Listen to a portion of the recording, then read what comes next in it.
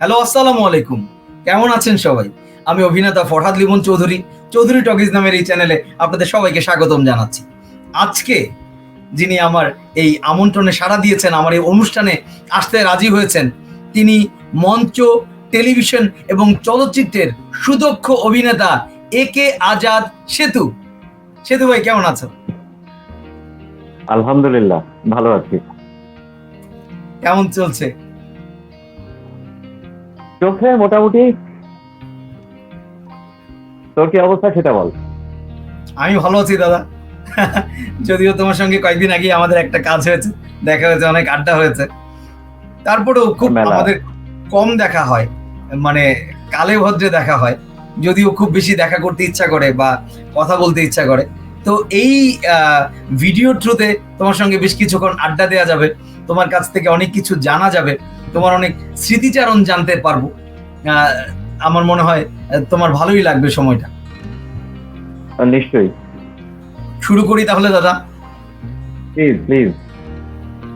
দাদা, একদম প্রথমেই জানতে চাইবো যে মানে যেটা আমি এই প্রশ্নটা আমি সবাইকেই করি, তোমাকেও করছি, যে সৃজনশীল কাজের যেই পোকা বা শিল্পের যে পোকা, এইটা কবে ঠিক কিভাবে তোমার ভিতরে ঢুকেছিল? ওভাবে স্পেসিফিক যদি বলতে হয়, যে আমার বাসাতে সবসময় একটা কালচারাল ইয়ে ছিল। আমার বোনেরা গান গাইতো। আহ, আমিও টুকটাক তখন হারমোনিয়াম বাজানোর চেষ্টা করেছি, বাট ওই জিনিসটা গানটা কখনো হয়নি আমাকে দিয়ে।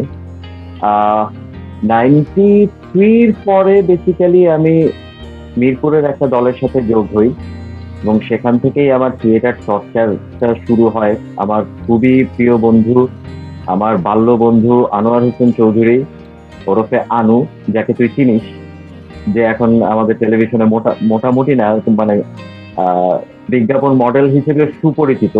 ও হচ্ছে আমার একদমই বাল্য বন্ধু, এবং ওই আমাকে এই পথের কি বলে যে হাঁটতে সবার আগেই, মানে কি বলে, হাত বাড়িয়ে দিয়েছিল। ওই আমাকে এই পথে নিয়ে এসেছে, থিয়েটারে আমাকে ইনভলভ করেছে। ওর সাথেই মিরপুরের একটা দলে কাজ করেছি, এবং ওর সাথেই আমি সিএটিতে এসে প্রফেশনালি থিয়েটার চর্চাটা শুরু করেছি। তোমার কথাতেই যেহেতু চলেই আসলো, আমিই করতাম, তো থিয়েটারের বিষয় নিয়ে যে উঠলোই, থিয়েটারে একটু ডিটেইল বলো দাদা, মানে থিয়েটারে তোমার কার্যক্রম কেমন ছিল বা কি কি ভালো কাজগুলোর সাথে তুমি সম্পৃক্ত হয়েছিলে। আমাদের দর্শকরা অনেকেই জানে না তুমি কোন কোন প্রোডাকশন গুলোতে ছিলে, এগুলো যদি একটু ডিটেইল বলো, বা সিএটির কার্যক্রম এগুলো নিয়ে যদি একটু বলো, ভালো হয়। নিশ্চয়ই। আমি আসলে আহ, প্রথমত মিরপুরে যে দলটায় ছিলাম, ওখানে ওইভাবে তো নর্মাল দলগুলোতে সেভাবে থিয়েটার কার্যক্রমটা হয় না। বছরে হয়তো একটা শো হচ্ছে। আহ, এইভাবে মোটামুটি 2 বছর চলে যাওয়ার পরে আমি সেন্টার ফর এশিয়ান থিয়েটারে জয়েন করি, এবং সেখান থেকেই আসলে থিয়েটারের একদমই কি বলে যে ডিপলি যে চর্চাটা, সেই চর্চাটা আমার শুরু হয়। এবং সেটা বলা যায় রাত দিন 24 ঘন্টায় থিয়েটারের ভেতরে থাকা, থিয়েটার নিয়ে ভাবা, থিয়েটার নিয়ে চলা। আহ, এটা আমার ওখান থেকে শুরু হয়, এবং আমি প্রথমেই কৃতজ্ঞতা জানাই জনাব কামাল উদ্দিন নীলুকে, আমার গুরুকে, আমার শিক্ষককে, যে আমাকে আহ, সত্যি কথা যে একটা মেরুদণ্ড দিয়েছে এই পথে খুব শক্তভাবে হাঁটা, একনিষ্ঠভাবে হাঁটা। হ্যাঁ, সেন্টার ফর এশিয়ান থিয়েটারের সবচেয়ে সুবিধাজনক জায়গা ছিল, নাম্বার ওয়ান, আমরা প্রফেশনালি কাজ করেছি এখানে। যাই পাই আমরা একটা মানি পেতাম প্রতি মাস শেষে। আমার আমার আমার নিজের খরচটা আমি ওখান থেকে বেয়ার করতে পারতাম, প্রথমত। দ্বিতীয়ত হচ্ছে, শেখার জায়গাটা এত অসাধারণ ছিল। পৃথিবীর অনেক বিখ্যাত বিখ্যাত ইনস্ট্রাক্টর আমি পেয়েছি আমার থিয়েটার শিক্ষার জন্য।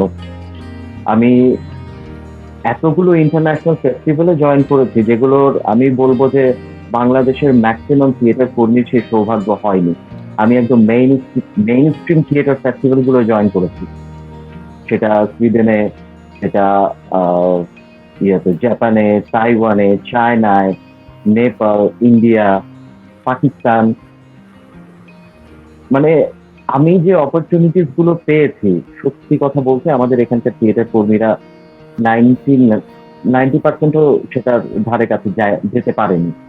এখন আমাদের স্যারের একটা লম্বা ভিউ ছিল, যে থিয়েটারটাকে ইন্টারন্যাশনাল অ্যারেনায় পরিচিত করা। আমরা থিয়েটারটাকে কখনো শুধুমাত্র একটা ছোট গণ্ডির ভেতরে ভাবিনি, আমরা সবসময় এটাকে ভেবেছি আন্তর্জাতিক পরিমণ্ডলে। আমার থিয়েটারটা শুধুমাত্র যে বাংলাদেশের মানুষ দেখবে সেটা না, আমার থিয়েটারের ল্যাঙ্গুয়েজটা ইউনিভার্সাল ল্যাঙ্গুয়েজ, যেটা ভাষার প্রয়োজন হয় না, যেটা আমি পৃথিবীর যে কোনো প্রান্তে যে আমি যদি শো করি আমি ওই দর্শককে কমিউনিকেট করতে পারবো। এটা আমাদের প্রত্যেকটা থিয়েটার প্রত্যেকটা প্রোডাকশনে এই জিনিসটা ছিল এবং এখন পর্যন্ত আমরা জিনিসটাকে ক্যারি করে যাচ্ছি।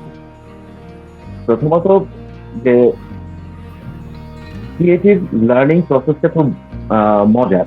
এখানে কোনো কিছু শিখিয়ে দেয়া হয়নি কখনো আমাদের। আমরা প্রতিটা জিনিস স্টেপ বাই স্টেপ শিখেছি, নিজে থেকে শিখেছি, নিজের আগ্রহ থেকে শিখেছি। যেমন সত্যি বলতে আমি চারুকলার স্টুডেন্ট না, কিন্তু আমি সিএটিতে বসে আমি মাস্ক মেকিং, প্রপ মেকিং নিজে হাতে শিখেছি এবং এখন পর্যন্ত ওটাকে সামহাউ এগিয়েও নিয়ে যাচ্ছি। অনেক কাজ করেছি, অনেকগুলো দলের কোরিওগ্রাফি করেছি, অনেকগুলো দলের প্রপ ডিজাইন করেছি, সেট ডিজাইন করেছি। মানে অ্যাচিভমেন্ট আমার এখানে প্রচুর। আমি সিএটিতে আমার অ্যাচিভমেন্ট প্রচুর। সিএটি আমাকে অনেক কিছু দিয়েছে, তার রিটার্নে আমি হয়তো এখন পর্যন্ত সিএটিকে তার টানাকড়িও ফেরত দিতে পারিনি। এই হচ্ছে আমার মানে কি বলবো, যে এখন পর্যন্ত আসলে ক্রিয়েটের জার্নিটা স্টিল লার্নিং, এখনো শিখছি, এখনো শেখার চেষ্টা করছি এবং সামনে আরো শিখতে চাই। শেখাটার ফুল স্টপ দিতে চাই না আসলে। দাদা, তোমার সিএটি সময়কালীন কিছু উল্লেখযোগ্য নাটকের নাম যদি আমাদেরকে একটু বলতে, যেগুলো তোমার মনে আছে। সিএটিতে আমি প্রথম শুরু করেছিলাম সত্যপীর, তারপরে আসলো ভেলুয়া সুন্দরী, তারপরে বুনোহাস, মেটামরফোসিস, দ্য মিশন, পীরচান, বিক্রমোর্বশীয়, তারপরে আছে হচ্ছে ডলস হাউস। আমাদের রিসেন্ট প্রোডাকশন ছিল স্টালিন, তার আগে ম্যাকাব্রে, অ্যাম্পুটেশন, কমিউনিকেটর। আসলে বললে অনেকগুলো বলতে হবে, প্রায় 23টা প্রোডাকশন আছে আমাদের মেইন স্ট্রিমে, একদমই মেইন স্ট্রিম প্রোডাকশন আছে 23টা। তো 23টার নাম বলাটা একটু কষ্টকর। তবে আমি বলবো যে আমাদের নাটকগুলোর সবচেয়ে পজিটিভ জায়গা ছিল হচ্ছে এটা সবসময় কন্টেম্পোরারি, সবসময় বর্তমানকে ভেবে নিয়েই আসলে কাজ করা হয়েছে। যার কারণে আমরা মানে এক একটা প্রোডাকশন করতে যে আমরা অনেক কিছু শিখি আসলে। সেটা হচ্ছে তখন যখন প্রোডাকশনটা করি সেই সময় আমাদের চারপাশে কি কি সমস্যা, আমাদের চারপাশে কি কি রাজনৈতিক সমস্যা হচ্ছে, অর্থনৈতিক সমস্যা হচ্ছে, আমরা এই টোটাল জিনিসটা স্টাডি করে নিয়ে আসলে প্রোডাকশন করি। তো সেই দিক দিয়ে আমাদের প্রতিটা প্রোডাকশনই সময় উপযোগী এবং প্রতিটা প্রোডাকশনই বাংলাদেশে যথেষ্ট সমাদৃত হয়েছে, সমালোচিত হয়েছে, সবকিছু। দাদা, তোমার মিডিয়ার শুরুটা কিভাবে হয়েছিল, মানে ভিজুয়াল মিডিয়ার স্টার্টিংটা কিভাবে ছিল? মিডিয়ার শুরুটা হয়েছিল একদম প্রথম কাজ করি আমি হচ্ছে আলভি আহমেদের হাত ধরে আসলে প্রফেশনালি এই জায়গাটায় নামা। আলভি আহমেদের অনেকগুলো কাজ দিয়েই আমার আসলে টেলিভিশন ক্যারিয়ারটা শুরু করি এবং সেখানে অনেক বড় বড় কিছু ব্যাকআপ আমি পেয়েছিলাম। এর মধ্যে হচ্ছে মেজবাউর রহমান সুমন, মহিউদ্দিন, তারপরে তুহিন হোসেন, কৌশিক শঙ্কর দাস, এরকম কিছু মানুষ আমাকে অসম্ভব সাপোর্ট দিয়েছে আমাকে এই রাস্তায় হাঁটতে, এই রাস্তায় স্টেডি একটা জার্নি শুরু করতে। আসলে প্রথম দিকে এই মানুষগুলোর সাপোর্ট না পেলে অনেক কষ্ট হয়ে যেত টেলিভিশন মিডিয়াতে টিকে থাকা। এর মধ্যে ডেফিনেটলি উল্লেখযোগ্য হচ্ছে কৌশিক দা এবং তুহিন হোসেন। এই দুইজন তো আমাকে সিনেমার প্রথম ব্রেকআপটাও আসলে মানে ব্রেকিংটা তারাই দেয় এবং সেটা হচ্ছে আকাশ কত দূরে। এই ছবিটা দিয়ে আমার সিনেমায় আমার 35 এর এক্সপেরিয়েন্স সবকিছুই প্রথম ওটা দিয়ে হয়। তো এই কিছু মানুষের উপরে আমি আসলে বলা যায় বিশেষভাবে কৃতজ্ঞ। যেহেতু ভিজুয়াল মিডিয়া নিয়ে কথা হচ্ছে দাদা, তুমি কিছু উল্লেখযোগ্য সিনেমারও অংশ হয়েছো। হুম। এই সিনেমাগুলো নিয়ে যদি আমাদেরকে অল্প করে একটু ছোট ছোট করে সিনেমাগুলো নিয়ে যদি একটু বলো। সিনেমা বলতে আমার একদম প্রথম সিনেমা তো ছিল আকাশ কতদূর, সামিয়া জামানের ফিল্মটা। তারপরে বিশাল একটা গ্যাপ হয়ে যায় এবং এরপরে সৈকত নাসিরের দেশা দিয়ে আসলে সিনেমায় ভালো একটা ভাইব আমি পেয়েছিলাম। দেশা সিনেমায় যে চরিত্রটা আমি করেছিলাম একটা টিভি পুলিশ অফিসারের, এবং ওই ছবিটার সবচেয়ে মজার অংশ যেটা ছিল যে অনেক মেজর ক্যারেক্টার থেকেও অনেক বেশি প্রশংসা আমি আমার ক্যারেক্টারটা পেয়েছিলাম। এবং তারপরে একে একে করে তো মোটামুটি প্রায় 10টা সিনেমা হয়ে গেল। 10টার ভেতরে উল্লেখযোগ্য যদি আমি বলি, অবশ্যই আকাশ কতদূর, দেশা দ্য লিডার, তারপরে হচ্ছে জাজের আরেকটা নূরজাহান, যেটা আরেকটা ভালো এক্সপেরিয়েন্স ছিল আমার জন্য, কারণ টোটাল ডিরেক্টোরিয়াল টিমটা ছিল কলকাতার। রাজ চক্রবর্তীর ইউনিটটা ছিল। রাজ চক্রবর্তীর যে ইউনিটটা মানে দে আর সো মাচ প্রফেশনাল, আমি কাজ করে খুব মজা পেয়েছি ওদের সাথে। তারপরে আছে কাঠবিড়ালি আছে, তৌকির ভাইয়ের আগুন হাওয়ায়, রিসেন্ট তৌকির ভাইয়ের লাস্ট যে একটা ছবিটা হলো স্ফুলিঙ্গ। মানে আমি আমার ফিল্ম এক্সপেরিয়েন্স আসলে খুবই ভালো। আমি এখন পর্যন্ত যে কয়টা করেছি সবকটার আমি খুব ভালো রেসপন্স পেয়েছি। ক্যারেক্টার গুলো মানে ইভেন যদি সেটা একটা ছোট্ট সিনেরও হয়, আমি সেই সিনটারও রেসপন্স পেয়েছি একদম অডিয়েন্স লেভেল। মানে আমি বলবো যে আমার ফিল্ম এক্সপেরিয়েন্সটা অনেক কিছু টেলিভিশন এক্সপেরিয়েন্সের চেয়ে অনেক। দাদা, ব্যক্তিগতভাবে আমি তোমার অভিনয়ের খুব ভক্ত। তোমার অভিনয় আমার প্রচন্ড ভালো লাগে। সেই মঞ্চের সময় থেকেই অনেকভাবেই প্রকাশ করেছি সেই ভালো লাগা। তো এই যে তুমি যে ক্যারেক্টারগুলো প্লে করো, সবগুলো ক্যারেক্টার একটা থেকে একটা একদম আলাদা হয়, ডিফারেন্ট হয়। এবং অনেক ক্ষেত্রে আমি তোমার মতো আরো অনেক গুণী অভিনেতাদেরকে আমি ফলো করি, কপিও করি।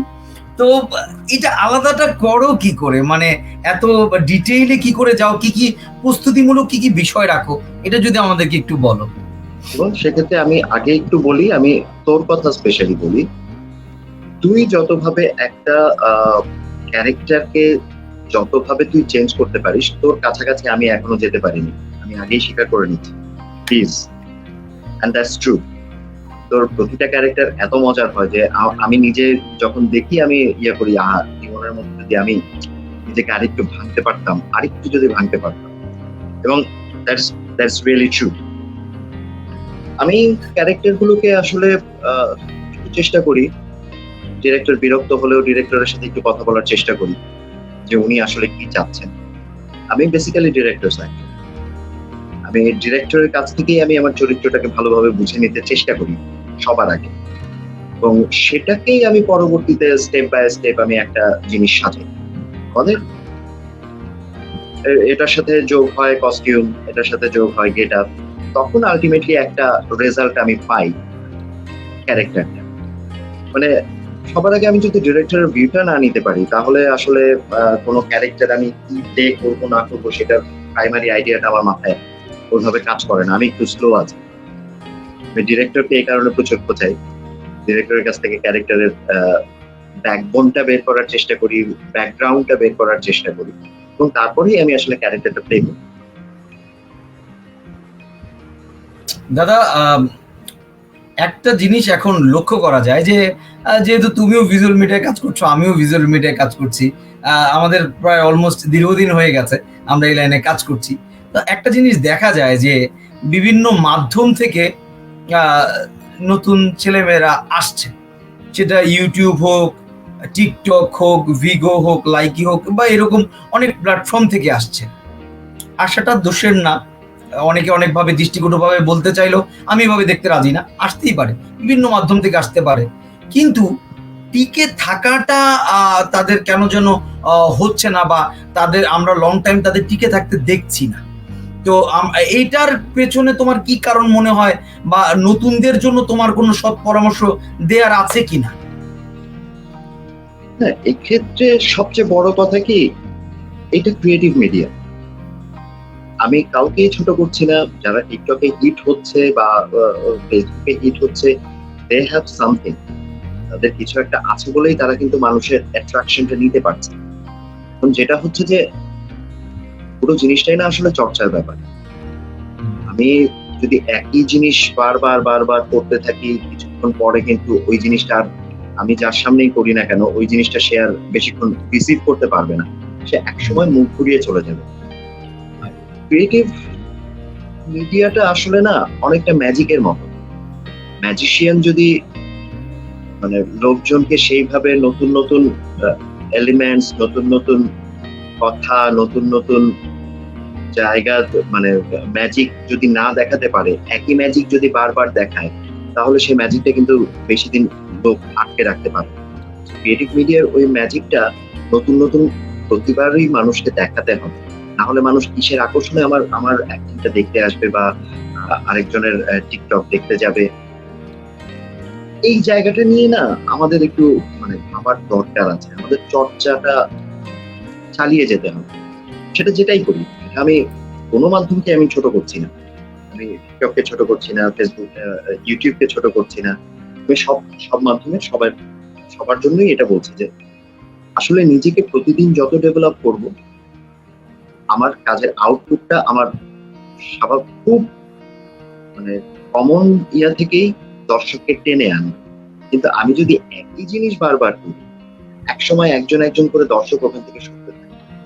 এবং আমরা যদি আমাদের চর্চার জায়গাটা না বাড়াই, একটা সময় যেমন অনেক অনেক অনেক দেখেছি যে একসময় হিট, চরম হিট, অনেক, মানে সে ছাড়া আশেপাশে আর কেউ নাই, সেও একটা সময় একদম গায়েব, তাকে আর কোনো জায়গায় খুঁজে পাওয়া যায়নি।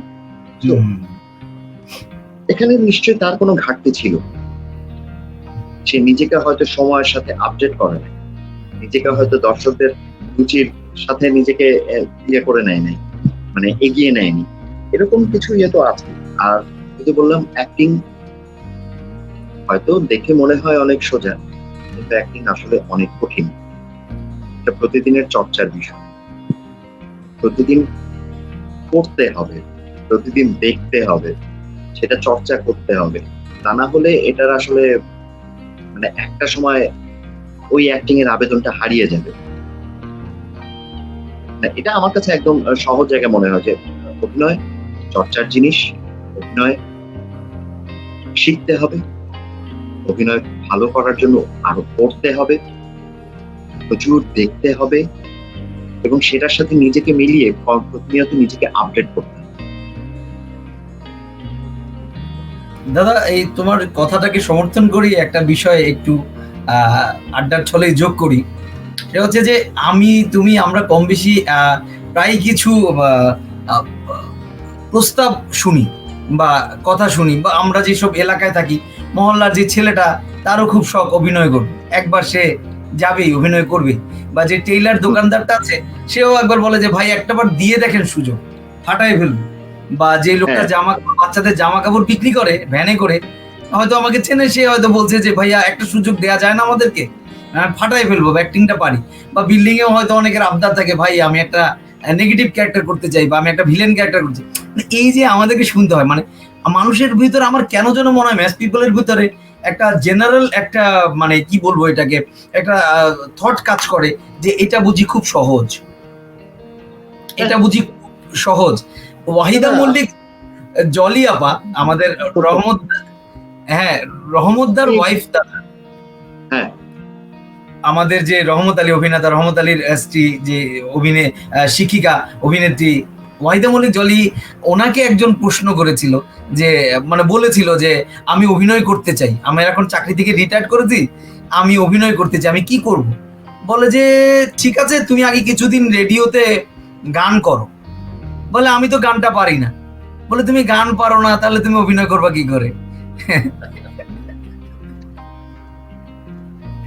তুমি এই ধরনের কোনো কিছু ফেস করো কিনা দাদা, এই ধরনের প্রস্তাবনা বা?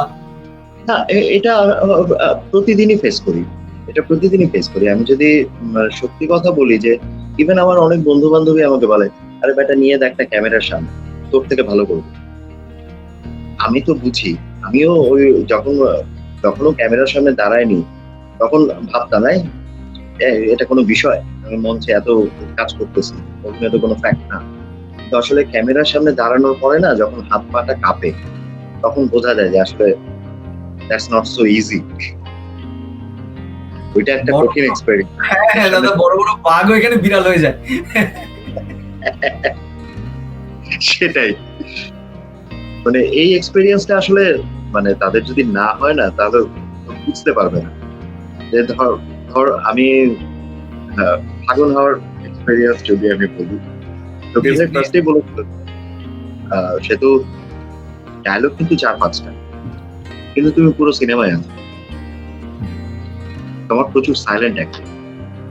ওকে, গেলাম, করছি, ম্যাক্সিমাম সময় কিন্তু চুপ, স্ক্রিনে আছি, মিনিটের পর মিনিট আছি, কিন্তু সাইলেন্টলি অ্যাক্টিং করে যেতে হচ্ছে। ডায়লগ দিয়ে তো অনেক ইজি, ওই অ্যাক্টিংটা যখন করতে হয় তখন তো ভিতর দিয়ে ঘামটা বের হয়ে যায়। আমি টোটাল সিচুয়েশনের ভিতরে আমাকে রিঅ্যাক্ট করতে হচ্ছে, আমাকে রিঅ্যাক্ট করতে হচ্ছে, তো আমার মুখে কোনো শব্দ নাই, আমার চোখ দিয়ে কাজ করতে হচ্ছে, আমার স্কিন দিয়ে কাজ করতে হচ্ছে। এই অভিজ্ঞতাগুলো আসলে সবাই বুঝবে না। সো আর আরেকটা প্রবলেম আছে যে এখন ধর অনেকেই তো হুটহাট করে অভিনেতা হয়ে যাচ্ছে, এটা আসলে আমাদের টোটাল জিনিসটাকে একটু, আমি বলবো যে সম্মানের জায়গাটাকে একটু ডাউন করে দিয়েছে। প্রচুর দেখবো যে তুইও দেখিস যে একই একই রকম ফেস, একই রকম কস্টিউম, একই রকম ডায়লগ, কিন্তু প্রচুর নাটক করছে, অনেকেই আছে, কিন্তু সেই একই। তাহলে মানে সেটাই যদি অভিনয় হয় তাহলে তো অভিনয় is very easy, is very easy. কেন আমরা শুধু শুধু এত মানে একটা ক্যারেক্টার নিয়ে এত খাটতে যাই, বারবার কেন নক করতে থাকি যে ভাই এটা কি ঠিক আছে, এটা কি ঠিক নাই? মানে এত যদি অ্যাক্টিং ইজি হয় তাহলে তো আসলে আমি এই মানুষগুলোর তো কোনো দোষ দেখি না।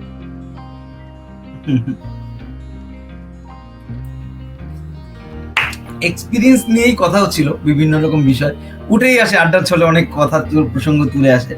যাই হোক দাদা, তোমার একটা সেক্টরে তুমি খুবই জনপ্রিয়, এটা আমাদের দর্শকরা অনেকেই জানে না, তাদের জন্য বলছি, ডাবিং সেক্টর। এই ডাবিং সেক্টরে তুমি অত্যন্ত জনপ্রিয় একটি নাম, এইটার সম্পৃক্ততা কিভাবে হয়েছিল, আর এই ডাবিং ফিল্ম বা সিরিজগুলোতে তুমি তোমার কাজগুলো কিরকম করে করো, এটা যদি আমাদেরকে একটু বলো। এটা অনেক কঠিন একটা জায়গা। মানে আমি যারা আসলে অ্যাক্টর, আমি বলবো যে ডাবিং সেক্টরটা না অ্যাক্টিং শেখার জন্য খুব ভালো জায়গা। আমি ফার্স্ট এর আগে প্রথম দিকে হয়তো টুকটাক কিছু টিভিসি, আরডিসি এগুলো ডাবিং করেছি, ওইটা আলাদা জিনিস। আর যখন সিরিজ বা সিনেমাগুলো ডাবিং শুরু হলো, আমি ফার্স্ট কাজ শুরু করেছি হচ্ছে এসআরকে স্টুডিওসে, প্রফেশনালি এই ফিল্ম এবং সিরিজগুলোর ডাবিং যেটা হয়। এবং দীপক সুমন হচ্ছে আমাকে মানে নিজেই জোর করে, আরে ভাই দেন তো একটা ক্যারেক্টার করেন তো, মানে একদম জোর করে একটা টেস্ট দিল, এবং টেস্টে দেখলাম যে টিকেও গেলাম, ভাই এরপরে আপনি এই ক্যারেক্টারটা এখন প্লে করবেন। এই করে করে ওই যে স্টার্ট হলো, তারপরে তো করছি। তো এখন দুরন্ততে একদম দুরন্ত শুরু থেকে কাজ করেছি, এবং দীপ্ততে কাজ করছি লাস্ট 2 ইয়ার্স। আচ্ছা, আমাদের এখানে ডাবিং সেক্টরের মোটামুটি এখন স্পেশালি ফিল্ম এন্ড সিরিজ যেগুলো, এগুলোতে রেগুলার কাজ করছি। মোটামুটি সবকটা চ্যানেলেই যে কয়টা কাজ হচ্ছে কোনো না কোনো ভাবে আমি আছি, এবং আমি এনজয় করছি। আমি এই জায়গাটা সত্যি এনজয় করছি। মানে অ্যাক্টিং শেখার অনেক স্কোপ আছে। একটা মানুষ অ্যাক্টিং করে গেছে, তার এক্সপ্রেশন, তার ফিজিক, তার ভয়েস নিয়ে আমি সে হয়তো দৌড়াচ্ছে কিন্তু আমি দৌড়াচ্ছি না, আমি তার দৌড়টাকে অ্যাক্টিং দিয়ে উপস্থাপন করছি, আমি তার কষ্টটা অ্যাক্টিং দিয়ে উপস্থাপন করছি, তার শরীর ভেঙে যাচ্ছে কিন্তু আমি শরীর ভাঙতে পারছি না, আমি সেই জায়গা দিয়ে ভয়েস দিয়ে আমি অ্যাক্টিং করছি। এটা স্বাভাবিক অ্যাক্টিং এর চেয়ে অনেক কঠিন, সত্যি অনেক কঠিন। এবং এটা যে এনজয় করতে পারবে সে খুব মজা করে কাজ করবে, এটাও একটা টেকনিক। কিন্তু অবশ্যই অ্যাক্টিংটা জানতে হবে এখানে, শুধু মানে ক্যামেরার সামনে দাঁড়িয়ে কথা বলা, ডায়লগে যে অ্যাক্টিং এর যে অ্যাক্টিংটা হয় ওই অ্যাক্টিং এর থেকে এটা অনেক কঠিন, এটা আরো বেশি চর্চার প্রয়োজন হয়। এখন সেইভাবে আবার আমার খুব ফেভারিট যেমন কয়েকটা সিরিজ বলি বা কার্টুন বলি, দুরন্ত টিভিতে এই মুহূর্তে যেমন চলছে হচ্ছে কুংফু পান্ডা, ওখানে যে প্যান্ডাটা আছে সেই ক্যারেক্টারটা আমি করেছি, যদিও তার সাথে আমার কোনো আমার মেয়ের খুব পছন্দের, আমার মেয়ের খুব পছন্দের। কুংফু পান্ডা করার সময় দেখা যাচ্ছে যে প্রায় আমাদের শিডিউল থাকে এভরিডে 8 ঘন্টা একটা শিফট, ওই 8টা ঘন্টা ওর ওই বডিটা নিয়ে, ওর ওই ভোকালটা নিয়ে আমাকে দৌড়াইতে হয়। মানে প্রথম 2 দিন খুব কষ্ট হয়েছে, বাট তারপরে যে আমি যে ক্যারেক্টারটাকে এত মজা করে কাজ করি, এটা আসলে না অদ্ভুত একটা এক্সপেরিয়েন্স, সত্যি অদ্ভুত একটা এক্সপেরিয়েন্স। দাদা যেহেতু কুম্ফু, মাঝখানে একটু থামাই দাদা, যেহেতু কুম্ফু পান্ডার কথা উঠলোই, যদি রেস্ট্রিকশন না থাকে আমাদেরকে যদি একটা লাইন শোনাও, মানে আমাদের যে ছোট্ট বন্ধুরা যদি কেউ দেখে থাকে এই ভিডিওর মাধ্যমে, যদি ওদের জন্য একটা লাইন দেখাও। দেখো, আমি হচ্ছি ড্রাগন ওয়ারিয়র, আমি হচ্ছি ড্রাগন যোদ্ধা, আমার সাথে আছে মাস্টার শিপু। এত এত ইন্টারেস্টিং এবং ওর ডায়লগের এক্সপ্রেশন এত বেশি, মানে কুংফু কারাতে এত বেশি, ওই এক্সপ্রেশন দিলে এখন এই জায়গা ফেটে যাবে। দাদা তোমার কিছু ডাবিং কিছু সিরিজের নাম আমাদেরকে যদি একটু জানাতে, অনেক দর্শকই জানে না। হ্যাঁ শিওর, আমার এই মুহূর্তে দীপ্ততে যেমন চলছে হচ্ছে ফেরিহা, ফেরিহাতে 11 যে ক্যারেক্টারটা ছিল সেটা আমি করেছি। দুরন্ততে চলছে কুংফু পান্ডা, তারপরে আরো কিছু সিনেমা অলরেডি ডাব করা হয়ে গেছে যেগুলো দীপ্ততে আসবে। তারপরে ইয়েতে চলছে, অনেকগুলো চ্যানেলে আসলে একসাথে কাজ চলছে, তো ওভাবে স্পেসিফিক করে বলাটা খুব টাফ, বাট আমার খুব ফেভারিট ইয়ের ভিতরেই বললাম যে ফেরিহা চলছে, তারপরে কুংফু প্যান্ডা চলছে, দুরন্তর অনেকগুলো সিনেমার কাজ করেছি, সেগুলো সামনে আসছে, কিছু হয়ে গেছে। তার মধ্যে লাস্ট খুব মানে মজা করে কাজ করেছিলাম ক্রুডস মুভিতে। তারপরে হচ্ছে দ্য স্মার্টস, যেটা বাচ্চারা খুব পছন্দ করেছিল, স্মার্টস এর যে ভিলেনটা থাকে ম্যাজিশিয়ান।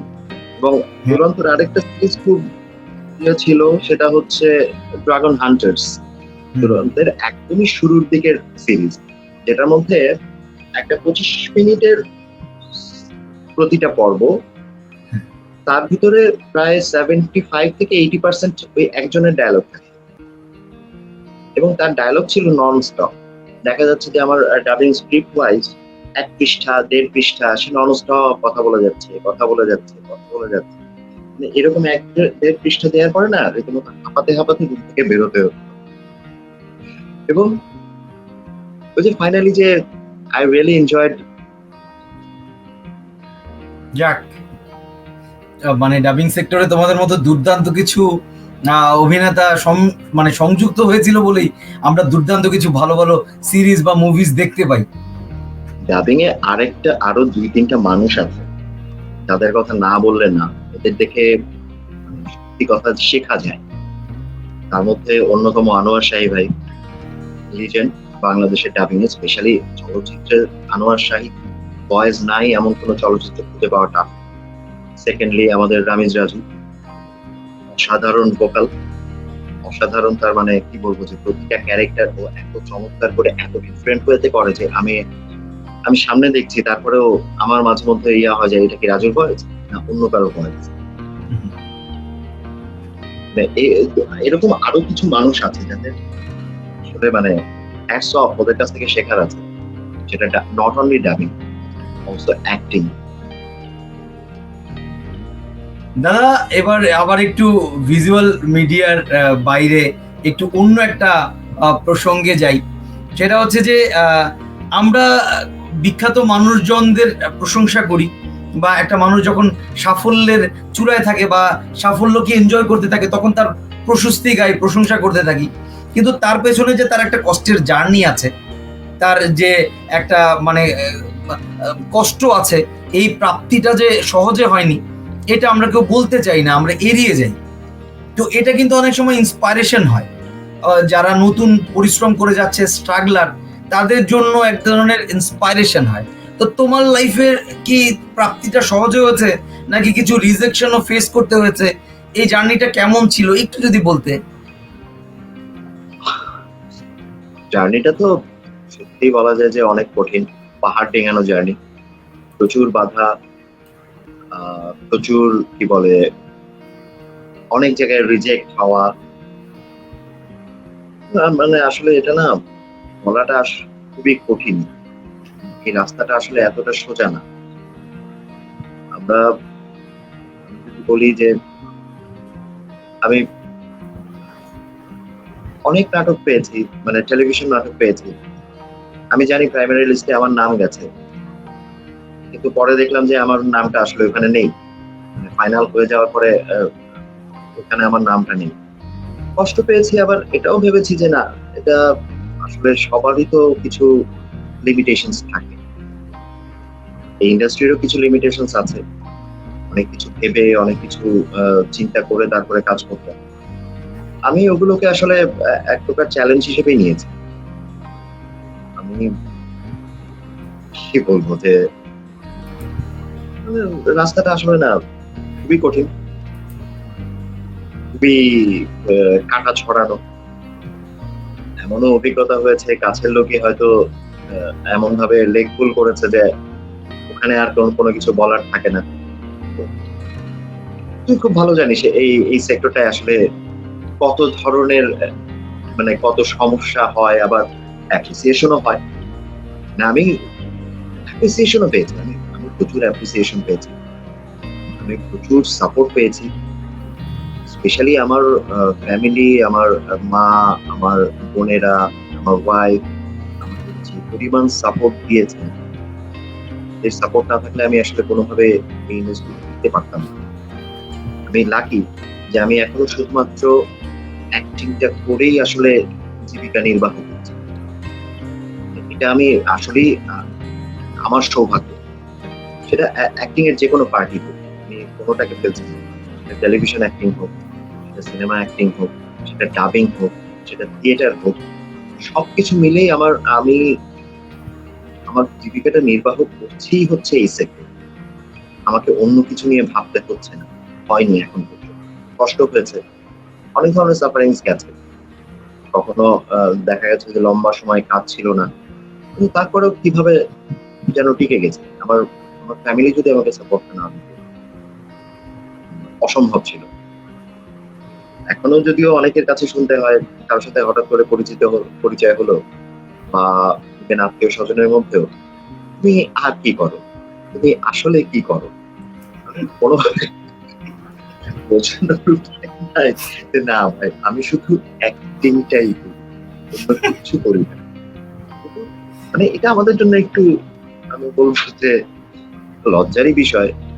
স্বাধীনতার পরে এতগুলো বছর চলে গেল, অনেকগুলো পেশার মর্যাদা পেল, কিন্তু আমরা এখন পর্যন্ত মানে পেশার মর্যাদাটা পেলাম না। ইন্টারেস্টিংলি আমাদের এখানকার বিউটিশিয়ানদের যে জায়গাটা, সেটাও কিন্তু ইন্ডাস্ট্রি হিসেবে ঘোষিত হয়েছে। ফিল্ম তো ইন্ডাস্ট্রি, এই বিউটিশিয়ানরাও কিন্তু ইন্ডাস্ট্রি ভেতরে পড়ে গেছে। কিন্তু আমার জানা মতে যে আমাদের ফিল্ম ইন্ডাস্ট্রি থেকে আমাদের টেলিভিশন ইন্ডাস্ট্রিটা আসলে আরো অনেক বড়। টেলিভিশন ইন্ডাস্ট্রি এখন পর্যন্ত ইন্ডাস্ট্রি হতে পারেনি, আমরা বলছি ইন্ডাস্ট্রি, টেলিভিশনের শিল্পীরা এখনো মানে পেশা হিসেবে শিল্পী উল্লেখ করতে পারে না। দাদা মাঝখানে একটু একটা জিনিস অ্যাড করি, উল্লেখ করতে পারে না তখন যখন ঘর থাকবে। ব্যাংকে যদি আমরা কোনো কিছু ফিল আপ করতে যাই, ঘরই তো নেই, ফিল আপ করবো কোথায়? আমি বোঝাতে পারি নাই যে আমি লেখালেখি করি, অভিনয় করি, ঘর কোথায় লিখবো, যে ঘরই নেই। এটা এটা ডেফিনেটলি আমাদের ব্যর্থতা, এটা আমাদের ব্যর্থতা। একজন এফডিসির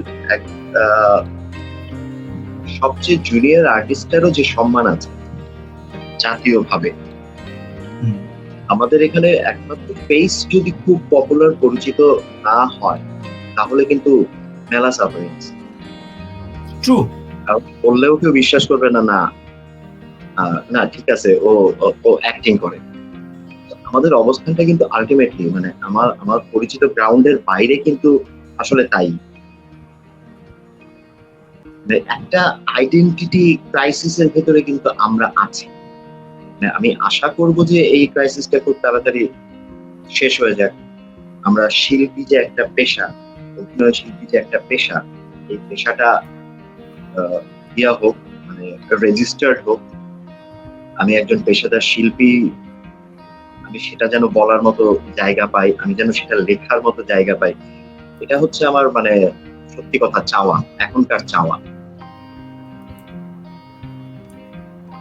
দাদা এখন একটু ভিজুয়াল মিডিয়াতে আবার ফিরে আসি আলোচনাটায়, যে আমাদের এই ভিজুয়াল মিডিয়াতে এখন একটা নতুন ধারা সংযোজিত হয়েছে, নতুন একটা মাধ্যম পরিলক্ষিত হচ্ছে, সেটা হচ্ছে ওটিটি। এই ওটিটির বিভিন্ন গল্পে আমরা বিভিন্নতা পাচ্ছি, বিচ্ছিন্নতা পাচ্ছি, বিভিন্ন প্রেক্ষাপট পাচ্ছি, বেশ ভিন্নভাবে গল্প বলার একটা চেষ্টা করা হচ্ছে। এই ওটিটি মাধ্যমটাকে তুমি কিভাবে দেখো, বা এর ভবিষ্যৎটা কি হতে পারে বলে তুমি মনে করছো? আমার কাছে তো মনে হয় এটার ফিউচার আসলে অনেক ব্রাইট, কারণ আমরা এখন অনেক বেশি ইউটিউব নির্ভর হয়ে গেছি। তো আমাদের যদি বলি যে টেলিভিশন ইন্ডাস্ট্রিটা অনেক বেশি ইউটিউব নির্ভর হয়ে গেছে, যে কার কত ইউটিউব ভিউ, ইউটিউবে কত বেশি পপুলার, সেই হিসেবে টেলিভিশন নাটক তৈরি করছে। কারণ ইউটিউবের সবচেয়ে বড় সমস্যা হচ্ছে ইউটিউব হচ্ছে ফ্রি কন্টেন্ট। সেখান থেকে হয়তো একটা আর্নিং হচ্ছে, সেটা মানে ঘুরিয়ে একটা আর্নিং হচ্ছে, কিন্তু এটা দর্শকটা বেসিক্যালি ফ্রি দেখছে। তো ফ্রি আমি সবকিছু দেখায় দিলাম, ফ্রি দেখলে তো ভাই মানুষ মানে আমার একটা যদি শিল্প বলি তাহলে শিল্পের আসলে উত্থানটা কি করে হবে আমি যদি ফ্রি কন্টেন্টের ভিতরে চলি। ওটিটি আমি বলবো যে অ্যাক্টরদের জন্য আসলে খুব ভালো একটা প্ল্যাটফর্ম। এখানটায় কাজের স্বাধীনতাটা আছে, ডিরেক্টর তার পছন্দ মতো প্লট নিয়ে, তার পছন্দ মতো অ্যাক্টরস নিয়ে সে জাম্প করে, সে তার সর্বোচ্চ দেওয়ার চেষ্টা করে, এবং অ্যাক্টরদের প্রিপারেশনের জায়গাটাও সেরকম থাকে। নট অনলি অ্যাক্টরস, আমি বলবো যে টোটাল টিমের প্রিপারেশনের জায়গাটা না অনেক বেশি প্রফেশনাল একটা ইয়ের ভিতরে থাকে। কেউই কারো কাজটাকে সেভাবে ছাড় দেয় না। ওই হিসাবে এই জায়গাটা আমি বলবো যে যারা ক্যারেক্টার অ্যাক্টরস বলে, যে নানান ধরনের ক্যারেক্টার করে যারা অভ্যস্ত, যারা রিয়েলি অ্যাক্টিংটা করতে চায়, তাদের জন্য ওটিটি প্ল্যাটফর্মটা আশীর্বাদ। সেটা তোরও এক্সপেরিয়েন্স আছে, আমারও কিছু এক্সপেরিয়েন্স আছে। টেলিভিশনের থেকে এটার প্রিপারেশনটাও মজার, কাজের ইনভলভমেন্টের জায়গাটাও মজার, অনেক বেশি ইনভলভ হয়ে কাজ করা যায়, পরিশ্রম বেশি, আবার নিজেকে প্রকাশ করার জায়গাটাও না আসলে অনেক বেশি। তো এটা ডিরেক্টরের জন্য খুব ভালো একটা প্ল্যাটফর্ম, প্রডিউসারের জন্য ভালো একটা প্ল্যাটফর্ম, অ্যাক্টরদের জন্য তো আমি বলবো যে অসম্ভব ভালো প্ল্যাটফর্ম, যেখানে তুই খুলে অ্যাক্টিংটা করতে পারবি, যেখানে খুলে নিজের ক্রিয়েটিভিটিটা দেখানোর একটা জায়গা পাবি। দাদা একটা বিষয়, এটা তোমার কাছ থেকে আমি একটু ক্লিয়ার হয়ে জানতে চাই, সেটা হচ্ছে যে আমরা ছোটবেলায় দেখতাম যে মহল্লায় মহল্লায় একটা সাংস্কৃতিক কালচার ছিল, সাংস্কৃতিক পরিমণ্ডল ছিল। আমরা আমাদের মহল্লায় দেখতাম ৮ আনা ১ টাকা দিয়ে বই ভাড়া আনা যেত, বা মহল্লায় মহল্লায় বেশ লাইব্রেরিও একটা কালচার ছিল। আমরা কম বেশি সবাই লাইব্রেরি কালচার পেয়েছি, সাংস্কৃতিক কালচার পেয়েছি। এখন কেন যেন বেশ কমে আসছে বিষয়টা। তো সেটার পরিপ্রেক্ষিতে একটা জিনিস শুনতে পাওয়া যায়, বা আমরা দেখিও, যে থিয়েটার যে দলগুলো, সেই থিয়েটার দলগুলোতে ছেলে মেয়ের সংখ্যা বা আগ্রহের সংখ্যাটা তুলনামূলকভাবে কমে যাচ্ছে। তরুণ তরুণীরা বা যুবক যুবতীরা, বা আমরা যারা কিশোর কিশোরী অবস্থায় ঢুকেছিলাম থিয়েটারে, তো ওই কোথায় যেন একটা ঘাটতি দেখা যাচ্ছে। এটার পেছনে তোমার কি কারণ আছে বলে মনে হয়? এটা এটা আমারও একটা অবজারভেশন আছে যে আসলে গত ১৫-২০ বছরে স্কুলগুলো থেকে কালচারাল অ্যাক্টিভিটিস মোটামুটি উঠে গেছে, এবং এই উঠে যাওয়ার ফলে আমাদের ছেলে মেয়েগুলোর আলটিমেটলি রিক্রিয়েশনের কোনো জায়গা তো নেই। আগে প্রতিটা এলাকায় বছরে অন্তত একটা প্রোগ্রাম হতো, সেখানে নাচ, গান, কৌতুক, নাটক, এমন কবিতা, অনেক কিছু হতো। আমরা ঝাঁপিয়ে পড়তাম, অর্গানাইজ করতাম। আমরা মানে কি বলে, নাম দিতাম যে আমি কবিতা পড়বো, বা আমি গান গাবো, বা আমি কৌতুক বলবো, বা আমি নাটকে অ্যাক্টিং করবো। একটা না মানে মজার একটা এনভায়রনমেন্ট ছিল। ওই এনভায়রনমেন্টটা ধীরে ধীরে নাই হয়ে গেছে। আমি আমার এলাকাতেই যে পরিমাণ কালচারাল প্রোগ্রাম পেয়েছি, প্রত্যেক বছর একটা মানে বিশাল একটা কালচারাল প্রোগ্রাম হতো। আমি গত ১৫-২০ বছরে ওই কালচারাল প্রোগ্রাম আর দেখি না। এখন আমরাই তো আমাদের ছেলে মেয়েদেরকে একটা মানে বলা যায় যে একটা বাক্সের ভিতরে বন্দি করে দিচ্ছি। এখন পরিবারগুলোকেও একটু সচেতন হতে হবে, তার ছেলে মেয়েদেরকে রিক্রিয়েশনের জায়গাটা দিতে হবে। আমি যদি দেখি যে আমার ছেলেটা বা আমার মেয়েটা গান গাইতে পছন্দ করে, তাকে সেটা কিন্তু করতে দেওয়া উচিত। সে কিন্তু মেন্টালি অনেক বেশি রিলিজড হবে। এখন সবকিছুর সাথে যদি আমি মানে রিলিজিয়নটাকে মিলায় ফেলি, তাহলে কিন্তু আসলে মানে এটা একটা ডিজাস্টার ছাড়া আর কোনো কিছু হবে না। কালচারাল অ্যাক্টিভিটিসটা মানুষকে অনেক বেশি কি বলে যে মানুষকে বুঝতে না অনেক বেশি সাহায্য করে। একজন আরেকজনকে বোঝার জন্য যখন কালচারাল একটা আড্ডা হয়, আমি যখন আড্ডাটা মারি, আমরা কিন্তু মানে এমন না যে শুধুমাত্র আমাদের পেশা বা আমাদের অভিনয় নিয়ে কথা বলছি, আমরা কিন্তু অনেক বিষয় নিয়ে কথা বলি। কিন্তু তুই যখন একটা টপিকস এর ভিতরে আটকায় দিবি কোনো জিনিস, তখন কিন্তু এটার বাইরে বেরোলেই মনে হবে যে না, এতো মনে হয় লাইনের বাইরে চলে গেল। লাইনের বাইরে যাওয়ার যে চিন্তা ভাবনাটা আমাদের হয়ে গেছে, এইটাই না আসলে আমাদের জন্য খুব বিপজ্জনক হয়ে গেছে। আমাদের স্কুলগুলো এখন সব অল্প কিছু স্কুল ছাড়া বাকি সব স্কুলের কিন্তু একটা ছোট্ট প্লে গ্রাউন্ডও নাই। বাচ্চারা ক্লাস করতে ঢুকছে, ক্লাস থেকে বেরোয় বাসায় যাচ্ছে, সেখান থেকে আবার কোচিং এ যাচ্ছে। এন্টারটেনমেন্টের জায়গা কোথায়? খেলবে কোন জায়গায়? খেলবে কখন? মোবাইল চলে আসছে, মোবাইল ওদের জগৎ মোবাইল আটকে গেছে। আমি তো ওকে ছোট্ট একটা জায়গায় করে ফেলছি। তো একটা বাচ্চা, আমি আমার বাচ্চাকে দিয়ে দেখছি ও যখন ইউটিউবে, আমাদের সবার বাচ্চা প্রত্যেকের একটা মোবাইল আছে, রাগ করলেও কিছু করার নাই, মোবাইল আছে ওদের, প্রত্যেকের আলাদা মোবাইল। ওখান থেকে দেখতে দেখতে তো আরো অনেকগুলো প্রোগ্রাম দেখে ফেলছে, হ্যাঁ, যেটা ওর জন্য সুইটেবল না।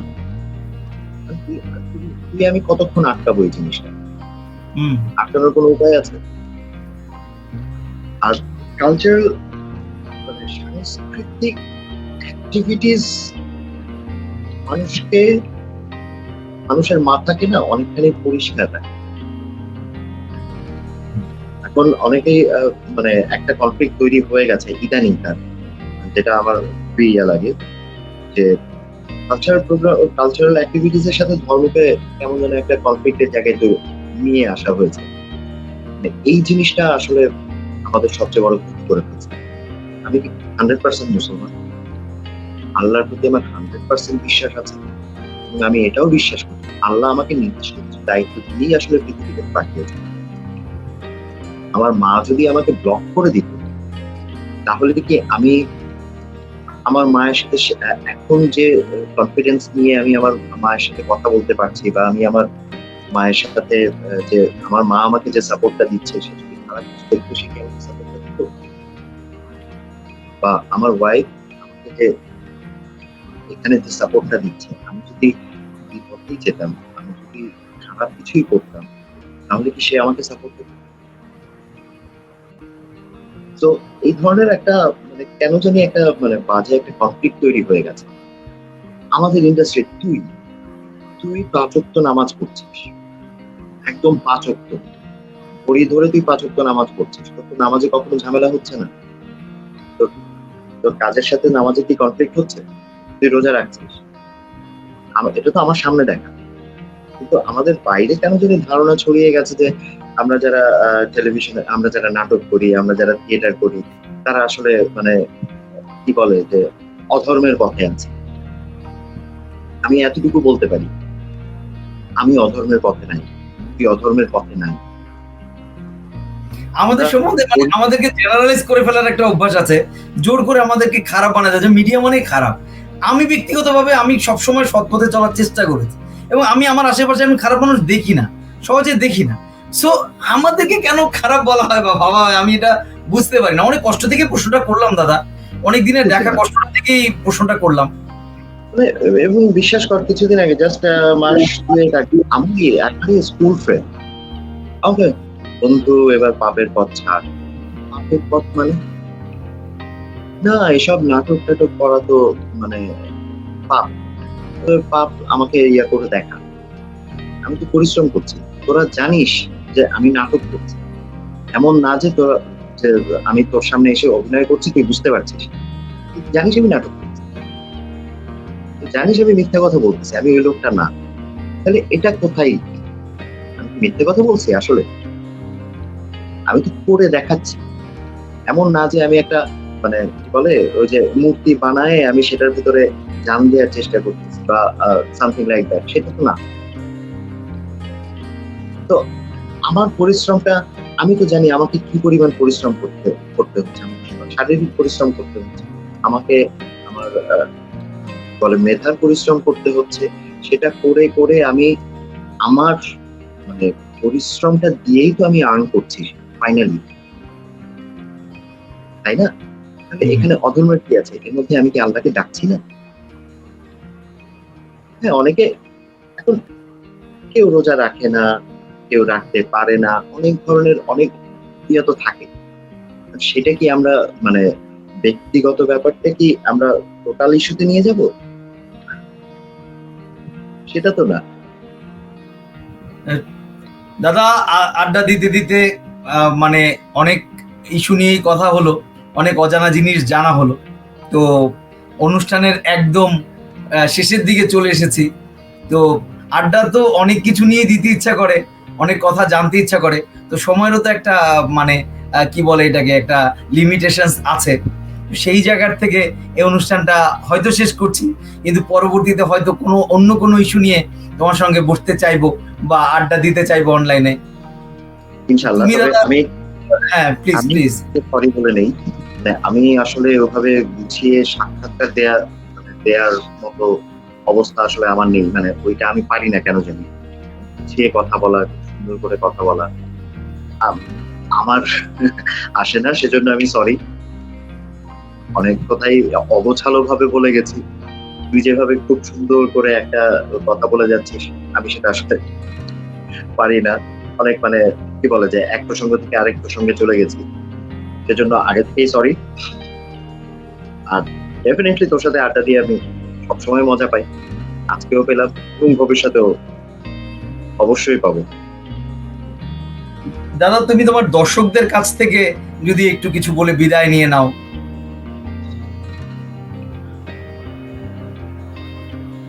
সবচেয়ে বড় কথা হচ্ছে আমরা আপনাদের জন্যই আসলে এখানে কাজ করছি। হ্যাঁ, অভিনেতা হবার স্বপ্ন আমার ছিল সেটা একটা কারণ, কিন্তু এই অভিনেতা হয়েছিল কিন্তু আপনাদের জন্য, দর্শকদের জন্য। দর্শক না থাকলে তো আসলে অভিনেতা হতে পারতাম না। আমাদেরকে এই সাপোর্টটা দিন, আমাদেরকে দূরে ঠেলে দেবেন না, আমাদের সাথে। এবং আপনারা যদি আমাদের সাথে থাকেন, বিশ্বাস করেন আমরা অনেকখানি শক্তি নিয়ে আপনাদেরকে ভালো ভালো কাজ দিতে পারবো। আমি আমার অভিনয়কে এগিয়ে নিতে পারবো এবং আমরা বিশাল একটা কমিউনিটি আপনাদের সাপোর্টের উপরেই আসলে বেঁচে থাকবে। আমাদের সাথে ধন্যবাদ। দাদা বিদায় নিও না, তোমাকে রেখে দর্শকদের কাছ থেকে বিদায় নিয়ে নিচ্ছি। যেটা হচ্ছে যে সবাই ভালো থাকবেন, সুস্থ বিনোদনের সাথে থাকবেন। আপনারাও যদি সুস্থ বিনোদনটা গ্রহণ করেন তাহলে অসুস্থ বিনোদনটা এমনি আপনাদের লাইফ থেকে সরে যাবে। আর আমরা যারা সুস্থ বিনোদনটা দেওয়ার চেষ্টা করছি, আমরা বিনোদন কর্মীরা আপনাদেরকে সুস্থ বিনোদনটা আপনাদের একদম চোখের দ্বারগোড়ায় পৌঁছে দেওয়ার মানে চেষ্টা করে যাব, এইটুকু আশ্বাস আমরা দিতে পারি। এবং সবাই সুস্থ থাকবেন, আশেপাশের পরিজনকে ভালো রাখবেন, আপনি সুস্থ থাকবেন, চেষ্টা করবেন আপনার আশেপাশের মানুষজন যেন ক্ষতিগ্রস্ত না হয় আপনার মাধ্যমে। সো নিজের স্বাস্থ্যবিধি মেনে চলাটা এটা আমার একার জন্য নয়, আমার পরিবারের জন্য, আমার পরিজনের জন্য অনেক বেশি জরুরি। তো সবাই ভালো থাকবেন, সুস্থ থাকবেন, পাশেই থাকবেন। আসসালামু আলাইকুম। আসসালামু আলাইকুম।